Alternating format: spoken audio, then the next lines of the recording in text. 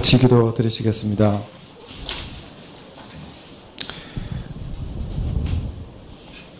그러므로 내가 한 법을 깨달았노니 곧 선을 행하기 원하는 나에게 악이 함께 있는 것이로다.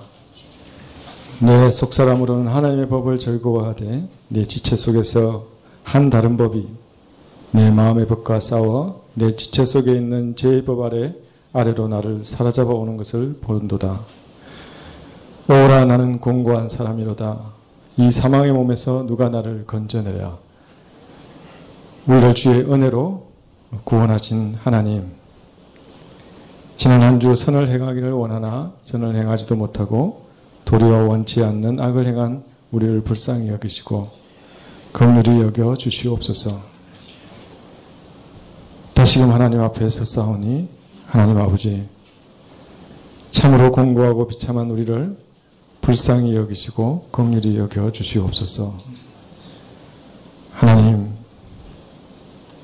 우리의 씨름이 혈과 육에 대한 것이 아니오 정사와 권세와 이 어둠의 세상 주관자들과 하늘에 있는 악의 영들에게 대함인 것을 참으로 깨달아 알게 하여 주시옵소서.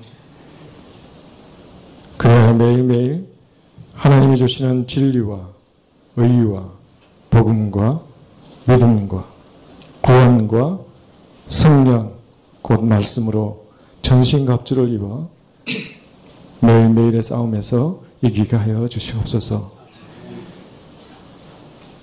매일 우리의 삶에서 실패하고 무너지더라도 뒤로 물러나 침눈에 빠져있지 않게 하시고 다시금 하나님 앞으로 나아가 하나님의 은혜를 구하며 하나님의 도우심을 얻게 하여 주시옵소서. 이를 통해 우리가 하나님의 살아계심과 하나님이 마침내 우리를 이 영적 전쟁에서 승리하게 하시는 분이신 것을 매일매일의 삶 속에서 깨닫고 체험하게 하여 주시옵소서. 하나님, 오늘 이 시간 우리의 구원자시고 돕는 자시고 우리의 승리자 되신 하나님을 참으로 찬양합니다. 오늘 오후 예배 가운데 임하시고 우리 가운데 말씀을 허락하여 주시옵소서. 새로운 한 주간 살아갈 말씀을 우리에게 허락하여 주시기를 간절히 구합니다. 그의 새로운 한 주 살아계신 하나님, 참으로 승리하신 하나님, 우리를 참으로 도우시는 하나님을 맛보아 알게 하여 주시옵소서. 우리 이 하나님이 우리 교회 가운데 병약한 자와 진로를 고민하는 자와 시험을 앞둔 자와 세상 유혹과 경쟁에 시달리는 자와 경제적으로 어려운 자와 믿음의 씨름을 하는 자와 말씀의 깨달음이 없어 깨닫고자 하는 자와 사랑이 없어 가슴을 치는 자들에게 함께하여 주시고 하나님으로 말미암아 승리하게 하여 주시옵소서.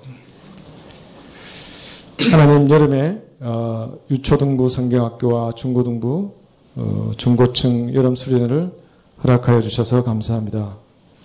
우리의 자녀들이 살아계신 하나님을 만나게 하여 주시고 그들의 삶을 하나님께 의탁할 수 있도록 도와주시옵소서. 주를 생각하며 수고하시는 교육자님들과 선생님들에게 함께하사 이들의 수고로 하나님의 놀라운 역사가 이루어지게 하여 주시옵소서. 오늘 예배를 하나님께 올려드립니다. 영원한 승리자 되신 예수 그리스도의 이름으로 기도합니다. 아멘.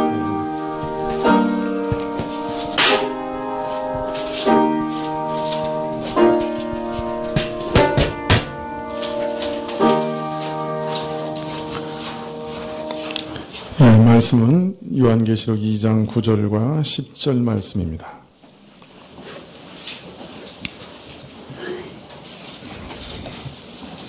요한계시록 2장 9절과 10절 말씀.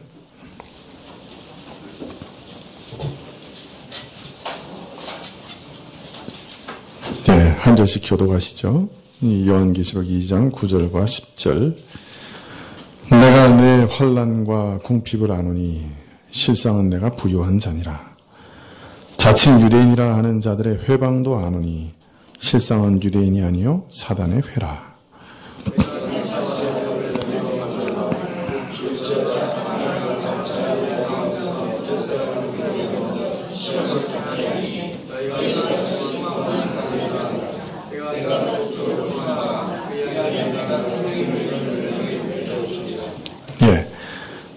믿음구역 특성이 있겠습니다.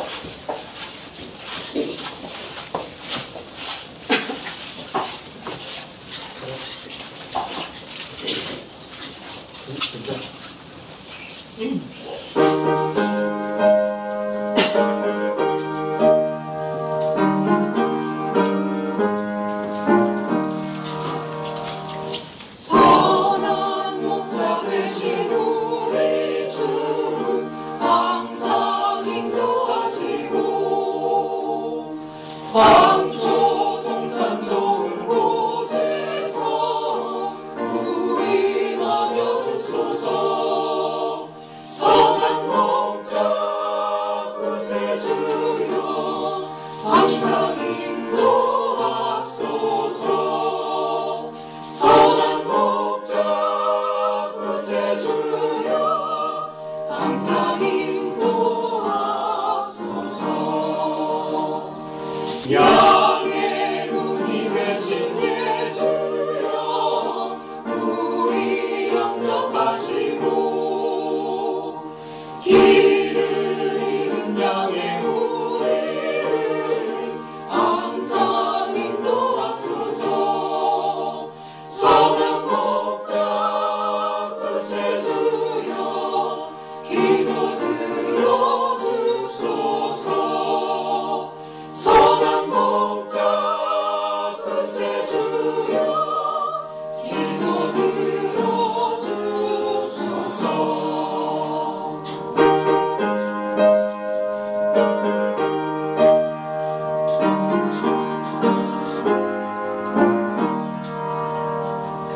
일찍 주의 뜻을 따라서 살아나게 하시고 주의 크신 사랑 베푸사 주를 존게 하소서. 선한 목자 구세주여 항상 인도하소서. 선한 목자 구세주여 항상 인도하소서.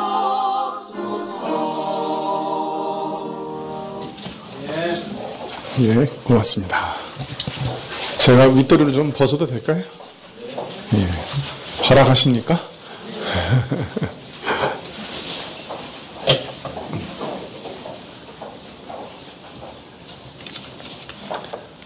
예, 네, 서머나 교회를 향해서 예수님께서는 내 환난과 궁핍을 안다. 참으로 내가 얼마나 환난을 당했는지 또 얼마나 궁핍한지 내가 안다. 서머나 교회가 아마 오랫동안 계속해서 환난을 당해온 것 같습니다. 그저 한두 번 당한 핍박과 환난이라고 하면 예수님께서 이렇게 말씀하지 않으셨겠죠. 특히 10절에 보면 죽기까지 충성하라 하신 말씀을 보면 이 서머나 교회가 겪어온 환난의 강도를 짐작할 수가 있습니다. 참으로 죽을 각오가 아니면 극복할 수 없을 만큼 혹독한 고난을 겪어온 것을 짐작할 수 있는 것이죠. 나중에 보면 이게 폴리캅의 순교기에 보면 폴리캅이 죽은 다음에 이 서머나 교회에서 10번째 순교자다 그렇게 기록하고 있습니다. 폴리캅이 아마 156년인가 순교했거든요. 근데 그 전까지 서머나 교회에서 순교한 사람이 9명 정도 되었다는 것을 그런 기록을 통해서 알 수 있겠습니다. 예수님께서는 또 내 궁핍을 안오라 그렇게 하셨습니다. 서문화 교회는 이렇게 거듭된 환란으로 인해 이것저것을 다 빼앗겨서 무엇 하나 남아있지 않는 어떠면서 가난하고 궁핍한 교회였다. 그렇게 말할 수 있을 것입니다. 자, 그런데 예수님께서는 이 가난한 교회, 궁핍하고 핍절한 서문화 교회를 향해서 놀라운 말씀을 하셨죠. 실상은 내가 부요한 자다. 분명 내 궁핍함을 안다고 하셨으니까 이어서 내가 부요한 자라고 말하는 것은 이 세상의 물질적 부요함을 가리키는 것은 아닐 것입니다. 분명히 내가 궁핍함을 안다 그러셨잖아요. 그런데 그 다음에 갑자기 내 부요함을 안다 하셨으니 이 부요함은 이 세상의 것이 아닌 것이 분명합니다. 영적인 부요함, 그리스도의 교회로서 갖춰야 할 모든 영적인 충만함을 다 가진 교회다 하는 그런 뜻이라고 할 것입니다. 올해 에베소 교회에 보내신 편지 말미에 생명나무 실과를 주시겠다고 하는 약속을 읽었습니다. 우리는 이 생명나무 실과의 의미를 알아보기 위해서 에스겔서 말씀을 살펴보았죠. 에스겔서 47장 1절부터 12절까지 보면 성전 문지방에서 생명수가 흘러나와서 강을 이루고 나중에는 바다를 이룹니다. 그리고 그 물이 흘러가는 곳마다 생명의 역사가 일어나고 그 강변에 심긴 나무의 과실이 참으로 생명의 과실, 치료하는 이파리가 나무잎이 된다고 하는 환상을 보았습니다. 이것은 하나님께서 임재하시는 새로운 성전, 즉 교회의 비전이라고 할 수 있죠. 새로운 성전인 교회로부터 성령의 생수가 흘러넘쳐서 온 누리를 적시고 만물을 소성케 할 것을 보여주는 비전인 것이죠. 에베소 교회는 진리는 수호하되 사랑은 수호하는 데 실패해서 이러한 생명의 역사가 부족하였습니다. 가난하였죠. 그런 면에서 참 가난했습니다. 그래서 회개하여 사랑을 회복하면 이런 생명의 역사, 생명나무 과실의 역사가 다시 풍성해지리라. 하나님께서 충만하게 임재하셔서 만국을 소성케 하시는 그 생명의 역사를 그 안에서 회복해 하시리라 하는 약속이었습니다. 교회는 그리스도의 몸이라고 우리가 배웠습니다. 육신을 입으시고 이 땅을 에서 거하시면서 역사하셨던 예수님께서 이제 부활하셔서 땅에 거하시지 않습니다. 그러나 이제 전혀 새로운 방식으로 이 땅에 거하시기를 원하십니다. 바로 그의 몸인 교회를 통해서 이 세상에 일하시기를 원하시는 것이죠. 과거 주님께서 인간의 몸을 입으시고 이 땅에서 활동하셨듯이 교회는 이제 그의 몸으로 그의 몸, 즉 유기적인 공동체를 통해 예수님께서는 교회라고 하는 유기적 공동체, 그 새로운 몸으로 세상 속에서 일하기를 원하시는 것입니다. 주님께서 성령을 통해 우리 가운데 임재하시고 이런 주님의 영적 임재는 이제 그 몸인 교회를 통해 유형화되고 세상에 보여지게 되는 것입니다. 사실 그것이 바로 생명나무 역사, 생명나무의 열매가 드러내고자 하는 생명이죠.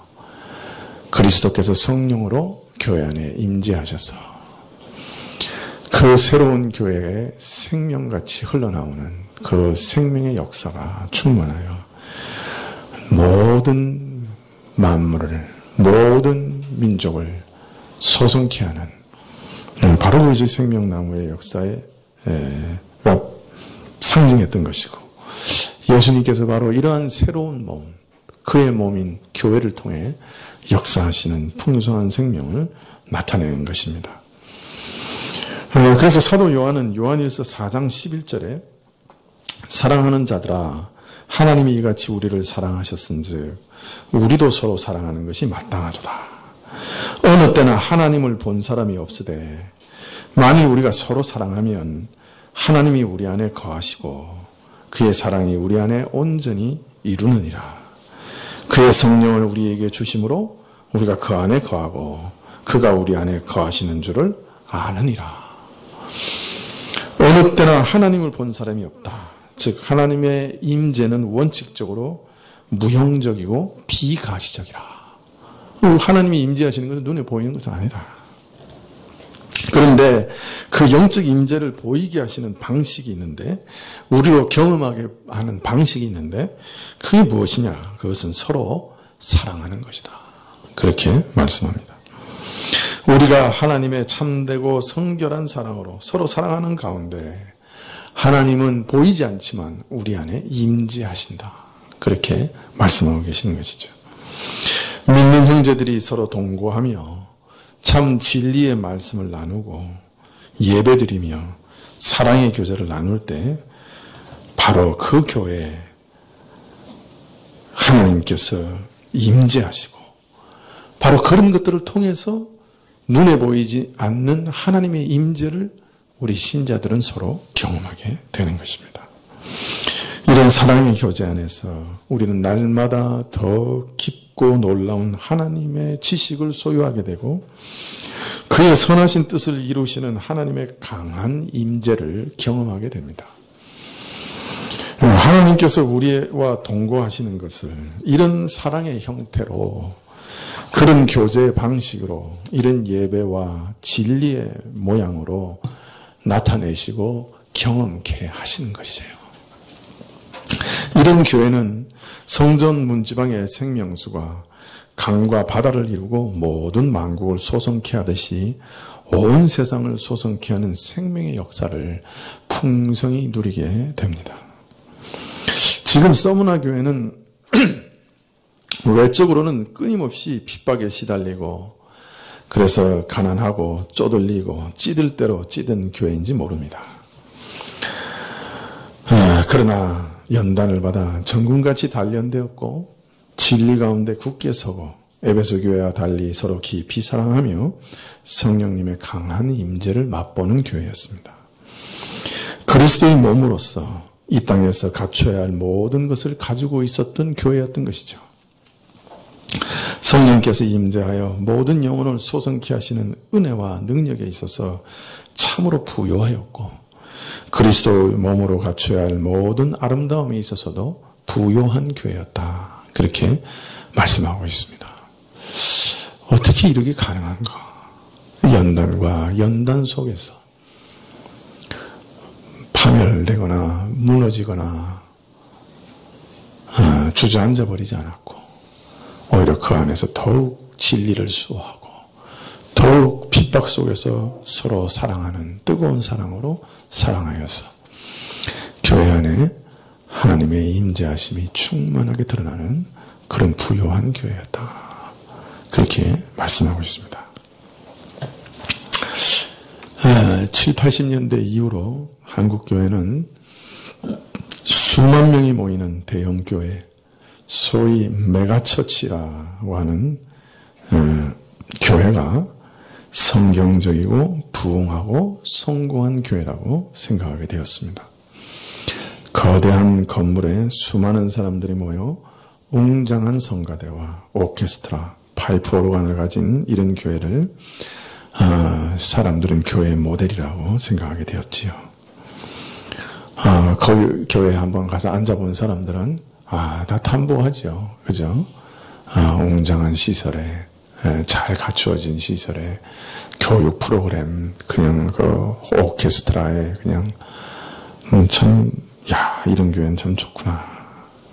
그래서 너도 나도 이런 일에 힘쓰고 모든 신자들이 이 목표를 위해 달려가는 소위 성장지상주의가 한국교회의 주류를 이루게 되었습니다. 그래서 목사님들 마음에도 이런 풍조가 만연하였죠. 그래서 목회 방향이 사람들을 끌어모으는데 초점을 맞추게 되었습니다. 하나님의 말씀마저 대중의 기호와 취향에 맞추어서 상품화하는 일이 벌어졌죠. 그래서 번영신학과 기복신앙은 바로 이런 전환, 설교와 예배가 소비자 중심으로 전락한 변질의 산물이라고 할 수 있습니다. 그러나 교회의 본질을 우리가 좀 가만히 생각해 보면 진리를 수호하고 사랑이 충만한 교제가 이루어지는 그리스도의 몸이라고 하는 이 교회의 본질을 가만히 생각해 보면 교회의 규모만을, 커다란 규모만을 목표로 하는 이러한 대형 교회가 오히려 주님 앞에서 매우 가난한 교회로 드러날 수 있다 하는 것을 사람들은 잘 생각하지 못합니다. 예수님 보시기에 이러한 교회들은 어떤 교회로 드러날 것인가? 정말 부한 교회로 드러날 것인가? 아니면 가난한 교회로 드러날 것인가? 성령님의 충만한 임재로 생명수가 강같이 흘러나오는, 그래서 모든 사람들을 소성케 하고 참 생명의 역사 가운데서 서로 깊이 사랑하며 교제하고 이러한 부한 교회, 아름다운 교회로 드러날 것인가? 그러나 지금 드러나고 있는 열매들을 보면 그런 아름다운 교회, 부한 교회로 보이진 않는 것 같아요. 오히려 예수님 보시기에는 심히 가난한 교회가 아닌가. 왜냐하면 그곳에서 전해지는 말씀이 진리가 아니기 때문에 번영신학과 기복신앙에 기초해서 성도들의 입맛에 맞추는 설교가 가득하죠. 또 성도들이 인격적인 교제 가운데, 교통 가운데 서로 사랑을 나누기에는 서로 처지를 알고 물질과 또 인격적인 교제를 서로 나누기에는 규모가 너무 커서 서로 이름을 모르죠, 다들. 옆에서 앉아서 예배드리지만 누가 누구 예배를 드리는지 모르는 그런 처지가 되었죠. 규모가 너무 크기 때문에 이러한 사랑의 교통이 가능하겠는가 의문이 드는 그런 상황이 된 것이죠. 지금 한국교회에서 나타나는 모든 문제들, 참 돈 문제, 세습 문제, 성적인 타락, 심지어는 폭력과 다툼, 명예욕, 무리한 건물 건축, 목사의 독재, 마케팅 원리를 따르는 전도의 방법, 뭐 일일이 다 나열할 수 없는 그 모든 부정적인 모습은 적정한 규모를 넘어서는 거대한 교회 공동체를 무리하게 추구하다가 따라오게 된 부작용이라 그렇게 말할 수 있을 겁니다. 사실 웅장한 오케스트라 속에 현란한 설교를 듣다 보면 성령께서 임재하시는 것 같은 어떤 카타르시스를 맛보게 됩니다마는 이것은 참 성령의 임재, 즉 진리 가운데 성도 간의 사랑 안에서 그 역사를 체험하게 되는 참된 성령의 임재와는 상관없는 것일지도 모릅니다. 많은 경우 인위적으로 조작된 임재의 체험이요, 내가 듣기 원하는 위로와 격려, 내가 얻기를 원하는 소망, 이런 것을 얻어 기뻐하는 자아도취적인 기쁨일 때가 많은 것이죠. 우리는 한국교회 안에서 예수님 보시기에 너무나 가난한 교회들과 그 열매들을 보고 있는지도 모릅니다.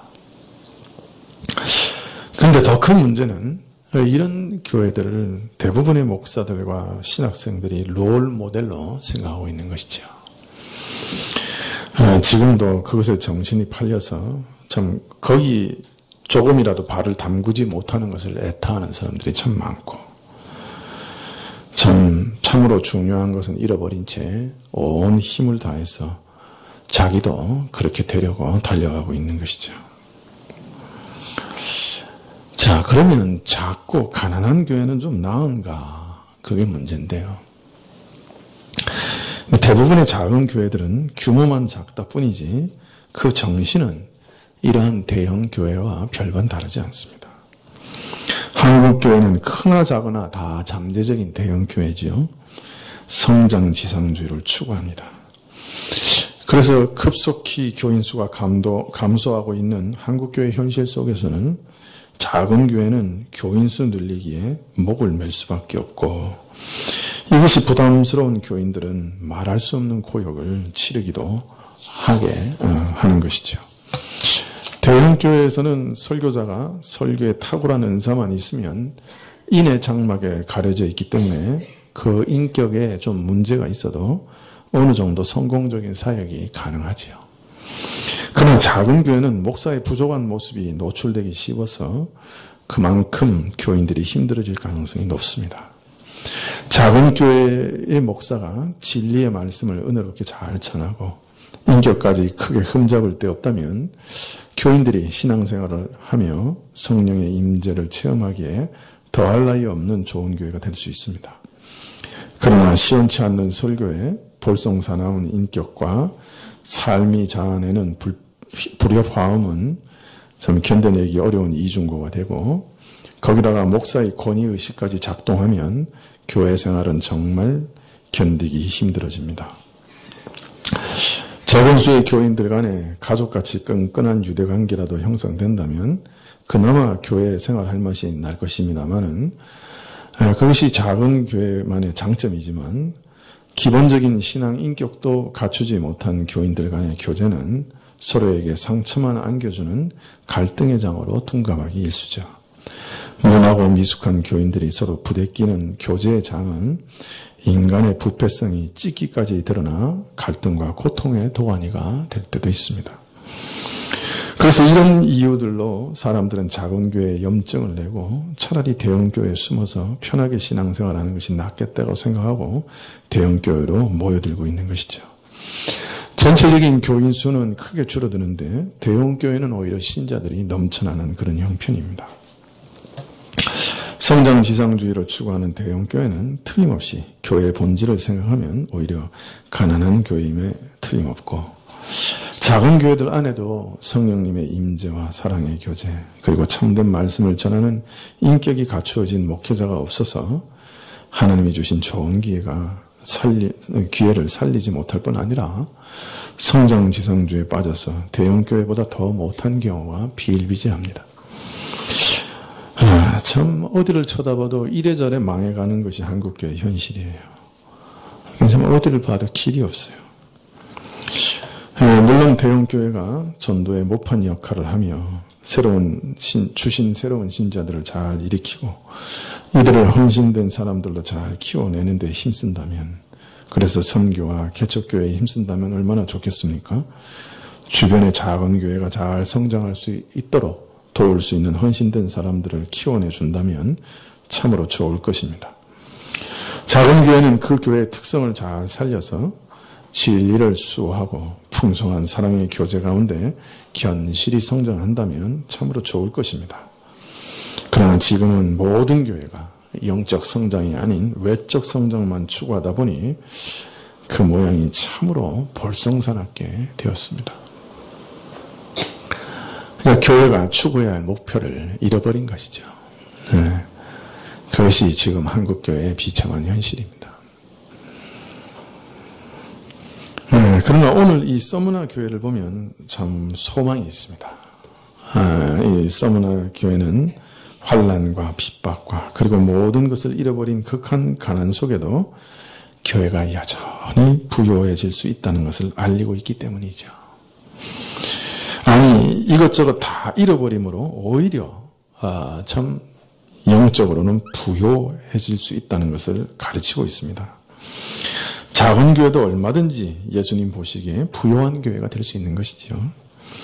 그 외적 환경이 어떠하든지 핍박과 가난으로 위축되었다고 해도 성령이 임재하시면 그 교회는 얼마든지 부유한 교회가 될 수 있는 것입니다. 한국교회가 이런 사실을 잊지 않고 정말 예수님 보시기에 부유한 교회를 추구한다면 교회 안에 살 길이 있을 거예요. 그러나 지금처럼 그저 이 교회의 본질을 생각하지 않고 그저 무한히 성장하는 것만 최고의 선으로 여기고 지금처럼 성장 지성주의를 계속 고집하면 제가 보기에는 참 소망이 없다. 그런 생각이 듭니다. 또 이 서머나 교회를 보면 우리가 핍박과 환난을 두려워하지 않아야 할 것이다 하는 생각을 합니다. 오늘 말씀을 보면 핍박과 고난의 불시험을 통하여 오히려 교회나 개인 성도의 믿음이 정금같이 순전해진 것을 알 수 있기 때문입니다. 네, 지금 이대로 가면 한국교회는 세상에서 버려지고 어떤 모양이든지 고난을 피할 수 없을 것 같습니다. 그런데 오히려 바로 이런 연단과 고난이 교회를 영적으로 참되게 부하게 할 수도 있을 것입니다. 참 간절히 기도하는 것은 한국교회가 빨리 말씀으로 돌아와서 참된 교회의 본질을 회복하고 다시금 성경에서 말씀하시는 대로 성령이 충만한 임재가 이루어지는 교회, 참 그래서 충만한 생수가 교회에서 흘러나오는 교회가 되기를 기도합니다. 너무 힘든 고난이나 핍박 없이 이렇게 되기를 기도합니다.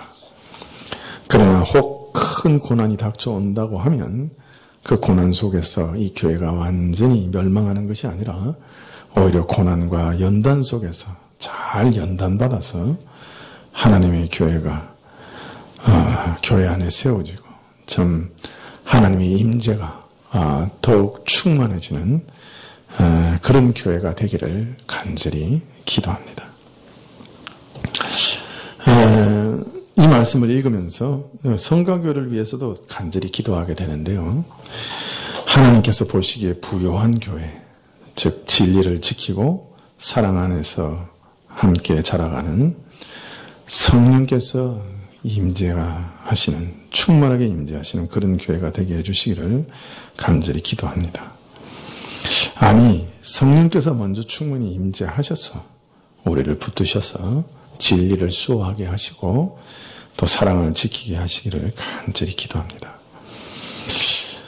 우리 성가교회가 비록 적은 사람들이 모여 있지만 말씀을 따라서 또 서로 깊이 사랑하는 공동체가 될 수 있다고 하면 예수님 보시기에 부요한 교회가 될 수 있을 것입니다.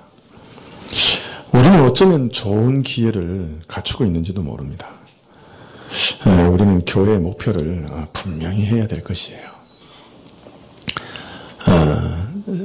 무한히 성장하는 교회, 그것이 성경이 말하는 진정한 교회의 본질은 아닙니다. 또 그것이 교회의 목표가 될 수도 없지요. 참된 교회라고 하면 정말 진리를 수호하고 사랑의 교제가 참으로 이루어지는 그런 중요한 특질을 지켜나가야 할 것입니다. 우리가 목표를 분명히 하고 교회의 본질을 잘 깨달아야 합니다. 교회는 부활하신 예수님께서 그의 몸이라고 하셨습니다. 부활하신 예수님께서 성령으로 임재하셔서 자신의 몸처럼 이 교회를 사용하기를 원하시는 거예요.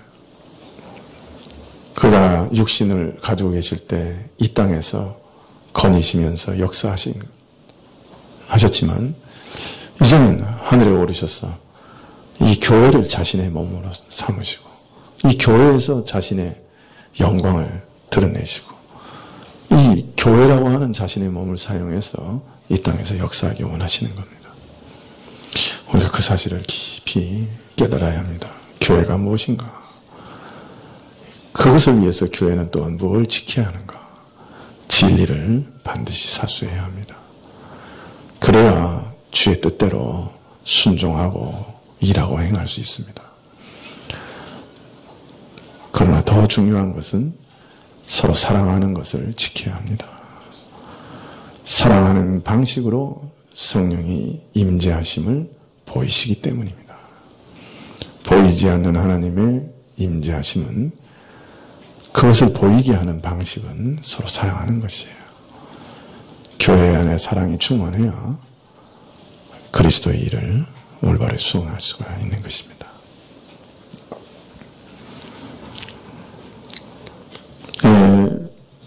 오늘 읽어드린 계시록 2장 9절 하반절에 보면 이 서머나 교회가 당한 핍박이 어떤 종류의 핍박인가 하는 것에 대해서 말씀해 주고 있습니다. 자칭 유대인이라고 하는 자들의 회방도 안 오니 실상은 유대인이 아니요 사단의 회라. 내가 장차받을 고난을 두려워 말라. 볼지어다 마귀가 장차 너희 가운데 몇 사람을 옥에 던져 시험을 받게 하리니. 우리는 이 말씀에서 우선 서머나 교회가 겪은 핍박과 환난 배후에 유대인들이 개혁되어 있다는 것을 알 수가 있습니다. 유대인들이 직접 교회를 핍박하였는지 아니면 우회적으로 간접적으로 핍박했는지 모르지만 여하튼 이 환난에는 유대인들이 개혁되어 있었던 것이 분명합니다. 유대인들이 회방하였다 그렇게 말씀합니다. 더욱이 너희 가운데 몇 사람을 옥에 던져 시험을 받게 하리니 하는 말씀에서 이것이 또한 정치적인 이유에서 가해지는 핍박이든지 아니면 유대인의 관계와 또 고소로 인한 핍박이든지 간에 어쨌든 정치 세력도 개입되었다 하는 것을 알 수가 있습니다. 지금 서머나 교회는 유대인들로 인해서 또 어떤 정치적인 세력으로 인해 핍박을 받고 있는 것이죠. 예수님께서는 내가 유대인들의 회방을 안오라고 하실 때 이 회방이라는 말은 사실 유대인들이 예수님을 핍박하고 죽일 때 사용한 말이었습니다. 저들은 예수님께서 행하시는 일과 가르치는 말씀을 듣고서 참남하다. 저를 스스로 하나님이라고 하니 저가 하나님을 모독하며 하나님을 회방하는 자라고 말했습니다. 예수님을 죽인 이유가 하나님을 회방하는 자라서 죽인 거예요. 그런데 오늘 말씀을 보니 진짜 회방하는 자들은 누구예요? 유대인들이죠. 유대인들이 바로 회방하는 자란 말이에요. 유대인들은 특별한 선택의 은혜를 입은 민족이었습니다. 하나님이 주신 율법을 얻었습니다. 기적들을 경험했습니다. 선지자들을 얻었지요. 하나님의 언약 백성으로서의 특권을 누렸습니다. 그러나 저들은 하나님의 말씀을 오해했습니다. 저들을 위해 보내주신 메시아가 오셨을 때 오히려 이 메시아를 하나님을 회방하는 자로 몰아서 죽인 자들이었습니다. 참으로 하나님을 회방하는 자들이라. 유대인들은 예수님을 회방하여 귀신의 왕 바알세불을 힘입어 이적을 행하는 자라고 참소하고 결국에는 로마 총독의 손을 빌어서 죽였지요. 그 이후에도 이들의 핍박은 참으로 끈질겼습니다. 오순절 이후에 생겨난 교회를 아주 극렬하게 핍박했지요. 스데반을 죽였습니다. 사도 야고보를 죽였지요. 바울의 이방 전도를 가장 방해했던 자들도 바로 이 유대인들이었죠. 곳곳에서 바울 일행을 로마 정부에 고소하여 법정에 끌고 갔습니다. 무리를 선동하여 박해했습니다. 나중에 예루살렘에서는 바울을 성소에서 보자마자 다짜고짜 폭력을 행사하여 죽이려고 했지요. 결국 이 일을 기화로 바울은 로마로 압송되어 가게 되었습니다. 사도행전에 기록되었던 이런 유대인들의 극렬한 반대는 이후에도 계속되었습니다. 이곳 서머나에서도 유대인들의 이런 회방은 지금도 계속되고 있었던 것이죠. 그런데 예수님께서는 이들 유대인들에 대해서 그 본질을 밝히시기를 오늘 말씀에 실상은 유대인이 아니요 사단의 회라 이렇게 말씀하고 있습니다. 여기 사단의 회라고 말한 말씀은 우리말에는 이 회 그래서 사단의 모임이라 이렇게 번역했습니다만은 사실 이 말은 회당이라는 말입니다. 시나고게라는 말인데요. 하나님을 믿고 경외하는 유대인들이 세상에 흩어져서 살면서 모이는 도시 곳곳마다 하나님을 예배드리기 위한 회당을 지었습니다. 그래서 이 도시에도 회당이 있었겠죠. 다른 말로 말하면 요새 말로 말하면 교회라고 할 수 있는 것이죠. 그런데 이 유대인들의 회당이 이 유대인들의 교회가 지금은 그 본질이 어떻게 변했다는 거예요. 사단의 회당, 사단의 교회가 됐다. 그렇게 말하고 있습니다. 참 사단을 섬기며 사단의 뜻을 추종하는 그런 곳이 됐다는 말입니다. 하나님을 섬기는 그 무리와 그 제도와 그 공유가 다 같이 사단의 도구로 전락해버렸어요. 이게 참 어이없는 일이죠. 이 사람들이 이 유대인들이 하나님께 예배를 드리지 않았을까요? 사단에게 예배 드렸을까요? 아니죠. 이 사람들 지금도 하나님께 예배 드리고 있는 거예요. 하나님께 열심이 없었습니까? 열심히 있었죠. 아니, 누구보다 하나님에 대한 열심을 가졌죠. 이 사람들은 신자들을 핍박하면서 뭐라고 생각했어요? 이것은 하나님의 영광을 위하는 길이다. 그렇게 생각했습니다. 네, 그러나 하나님의 약속에 대하여 참되게 이해하지 못했고 본질을 잃어버렸어요. 자기를 위하여 오신 메시아를 스스로 자기 손으로 잡아 죽이는 어처구니 없는 일을 저질렀습니다. 구약 성경을 이해하지 못했기 때문이죠. 참 영생의 복음을 부인하고 핍박했어요. 그래서 사단의 교회가 되고 말았어요. 참 두려운 말씀입니다. 예수님께서 유대인들의 공회를 가르쳐 사단의 회당이라고 지적하셨을 때는 물론 악행을 고집하고 전 서머나 교인들을 핍박하는 이 유대인들을 지적하신 말씀이라고 할 것입니다. 그러나 이 지적 속에는 앞으로 오는 모든 시대, 모든 교회들을 향한 엄중한 경고도 담겨 있다고 할 수 있습니다. 이 말씀은 하나님께서 저들을 부르신 거룩한 목적을 망각하고 하나님의 백성의 본질을 잃어버릴 때 이 교회가 더 이상 교회되지 못한다 하는 것을 가르치시는 말씀입니다. 하나님의 다스림을 받는 그의 백성으로 존재할 수 없고 오히려 사단의 회로 전락하게 된다 하는 사실을 일깨우고 있습니다.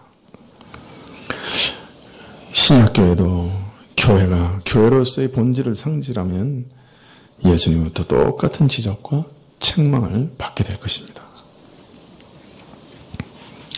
교회사를 보면 이런 일들이 무수히 일어났습니다. 종교개혁 시대에 참 복음의 본질을 회복한 교회들을 로마 가톨릭 교회는 정부와 군대를 동원해서 핍박했죠. 30년 동안 독일은 전쟁에 시달렸습니다. 수많은 사람들이 죽어갔죠.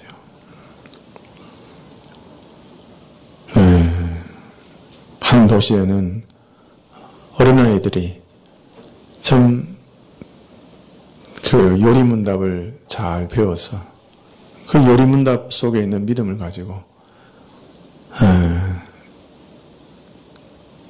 거리를 행진하며 찬양을 불렀습니다. 이를 본 가톨릭 군대가 그 어린아이들마저도 무자비하게 죽였습니다. 그런 일들이 독일 곳곳에서 일어났죠. 수많은 종교개혁자들이 화형에 처해졌습니다. 영국 같은 경우에서는 루터의 복음을 가지고 들어가서 전도하던 사람들이 많이 화형에 처해졌어요. 어떤 사람은 그 화형 순간에 옆에 두려워 떠는 사람들을 위로하면서 두려워하지 말라고, 우리가 지금 영국을 밝히는 촛불이 될 것이다, 그렇게 말하고 죽어가기도 했습니다. 목베어 죽임을 당한 사람이 또 얼마나 많은지 모릅니다. 교회사를 보면 이런 일들이 얼마나 많은지 몰라요. 하나님을 위한다고 하면서 참으로 믿는 자들을 죽이는 그런 교회들이 교회사에서도 얼마든지 있었어요. 지금도 그런 일들이 이제 좀 표면화되어 가고 있는 것 같아요. 미국 교회 가운데 감리교단이라고 들었는데 그 교단에서는 동성애자를 목사로 안수할 뿐 아니라 동성애자들의 결혼을 주례하도록 하고 그 주례를 거부하는 목사들은 면직시키는, 즉 목사직에서 쫓아내는 그런 일들을 한다는 얘기를 들었습니다. 성경대로 목회하려고 했기 때문에 목사직에서 쫓겨나는 일이 일어나고 있는 것이지요. 지금도 그런 일이 일어나고 있습니다. 교회가 조금만 그 본질에서 벗어나면 어느 사이에 자기도 모르는 가운데 하나님을 위한다고 하면서 하나님을 참으로 믿는 올바른 자들을 핍박하고 죽이는 일을 하게 되는 것이에요. 교회 이름을 가지고 있지만 사실은 사단의 회가 되는 것입니다. 우리가 항상 조심해야 됩니다. 그래서 오늘 말씀 잘 유념하십시다. 교회의 본질을 잘 이해하고 진리를 수호하고 사랑을 잘 수호합시다. 우리가 이처럼 교회의 본질대로 지어져 간다고 하면 작은 교회라도 예수님 보시기에 참으로 부한 교회다.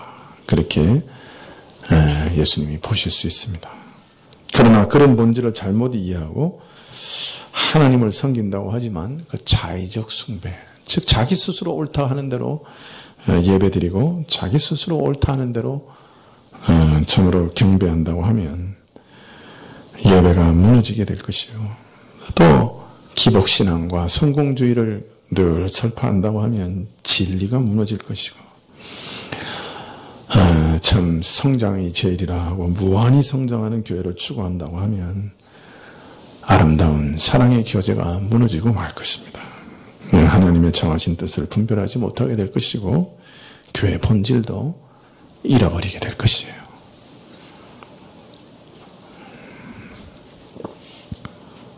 그렇게 되면 어떻게 되느냐?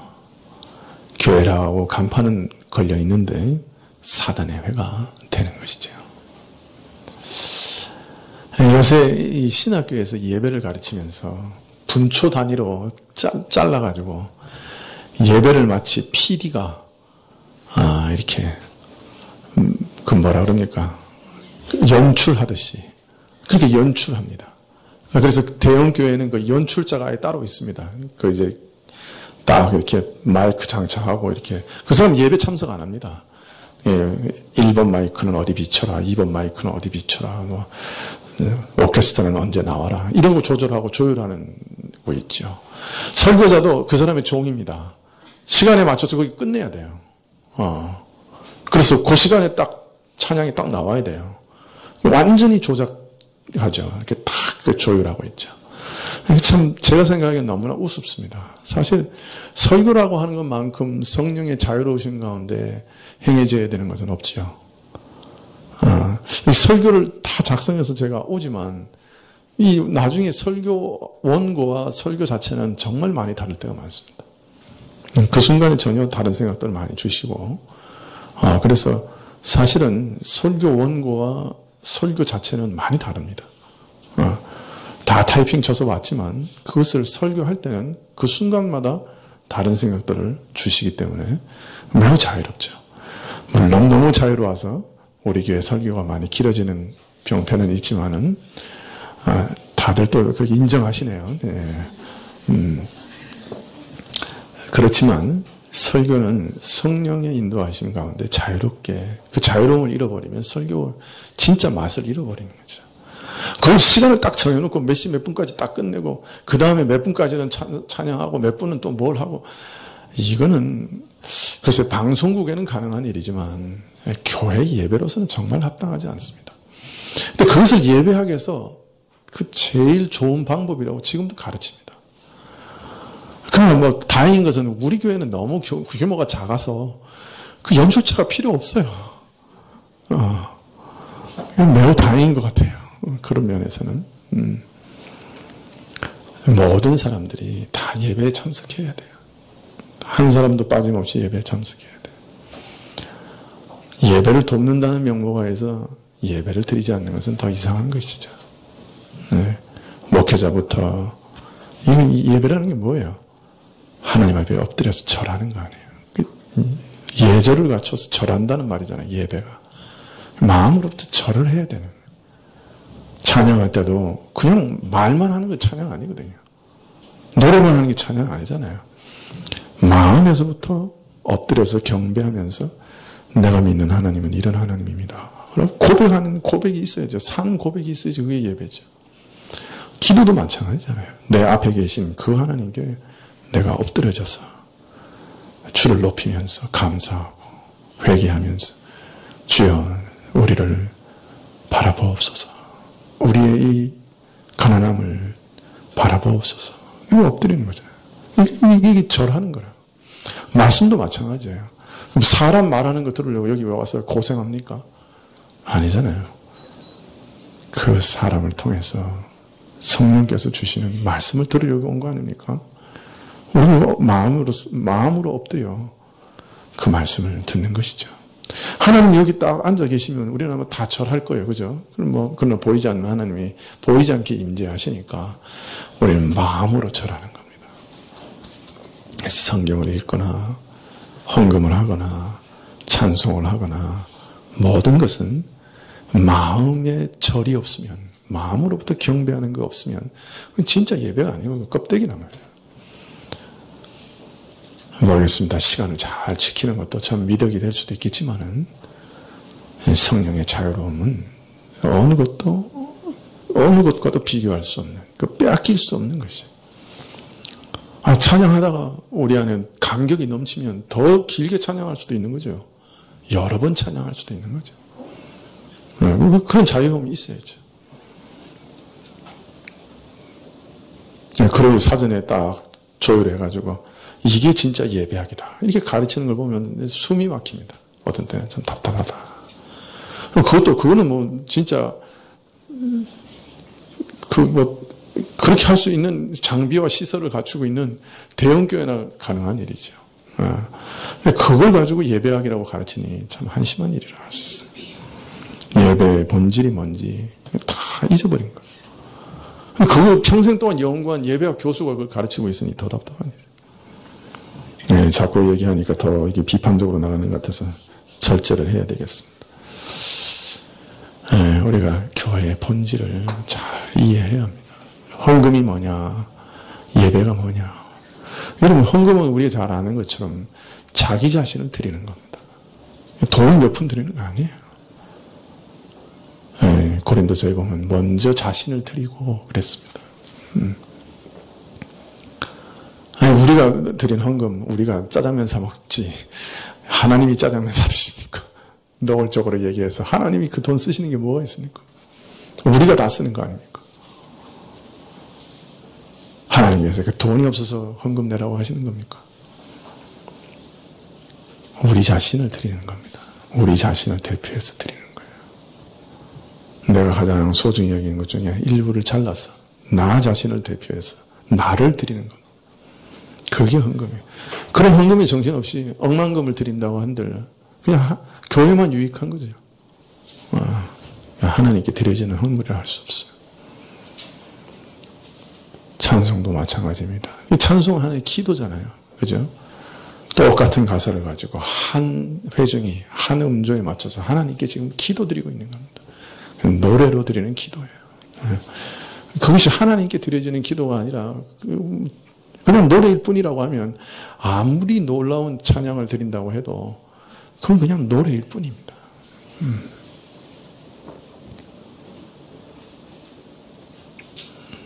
교회의 본질이 뭐냐? 진리를 수호하고 사랑을 수호하는 데 있다. 진리를 수호하고 서로 깊이 사랑하는 영적 교제 가운데 성령이 임재하신다. 우리가 그걸 꼭 기억해야 할 것입니다. 기도하시겠습니다.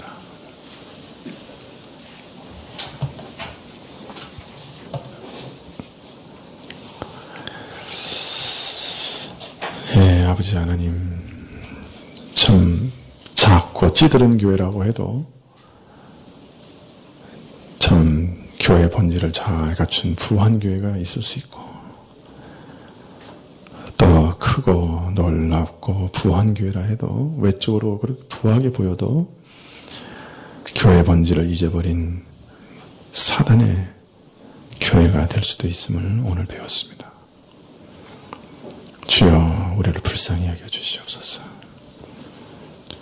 교회가 얼마나 소중한 것인지 우리에게 계시해 주십시오. 그리스도의 몸이라고 하신 말씀이 무슨 뜻인지 알게 해 주십시오.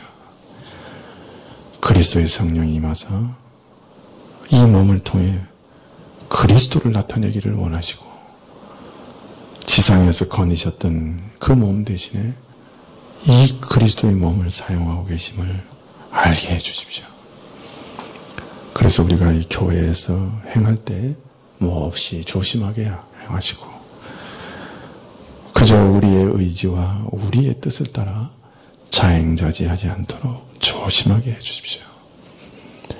주의 교회의 본질을 잘 이해하고 교회 안에서 행하는 모든 일들 가운데 참 진실되게 또 믿음 가운데 올바른 진리 가운데 행할 수 있도록 주께서 도와주시옵소서. 예수님의 이름으로 기도합나이다. 아멘, 아멘.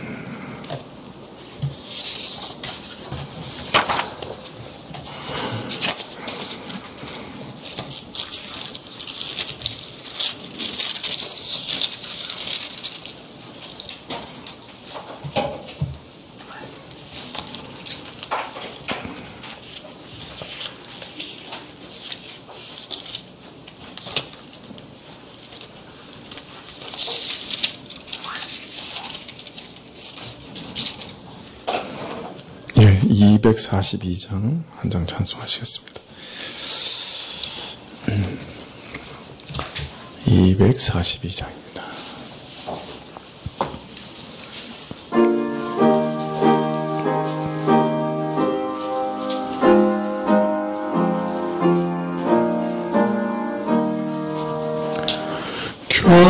교회의 참된 토는 우리 주 예수라. 그 귀한 말씀 위에 이 교회 세웠네. 주 예수 강림하사 피 흘려 샀으니 땅 위의 모든 교회 주님의 신부라. 온 세계 모든 교회 한 몸을 이루어 한 주님 섬기면서 한 믿음 가지네. 한 이름 찬송하고 한 성경 읽으며 다 같은 소망 품고 늘 은혜 받도다. 땅 위의 모든 교회 주 안에 있어서 하늘의 성도들과 한 몸을 이루네. 오 주여 복을 주사 저 성도들 같이 우리도 주와 함께 늘 살게 합소서.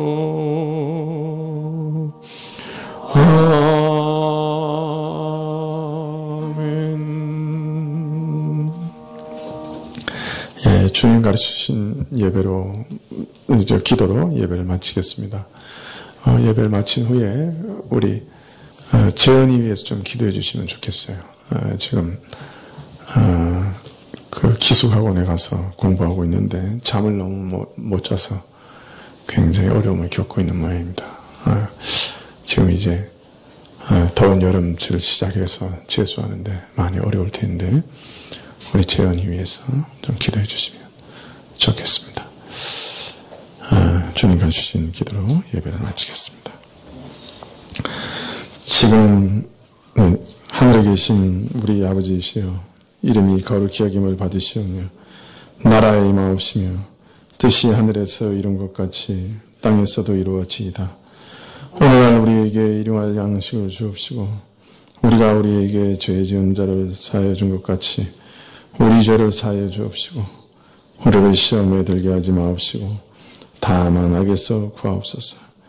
대개 나라와 권세와 영광이 아버지께 영원히 있사옵나이다. 아멘.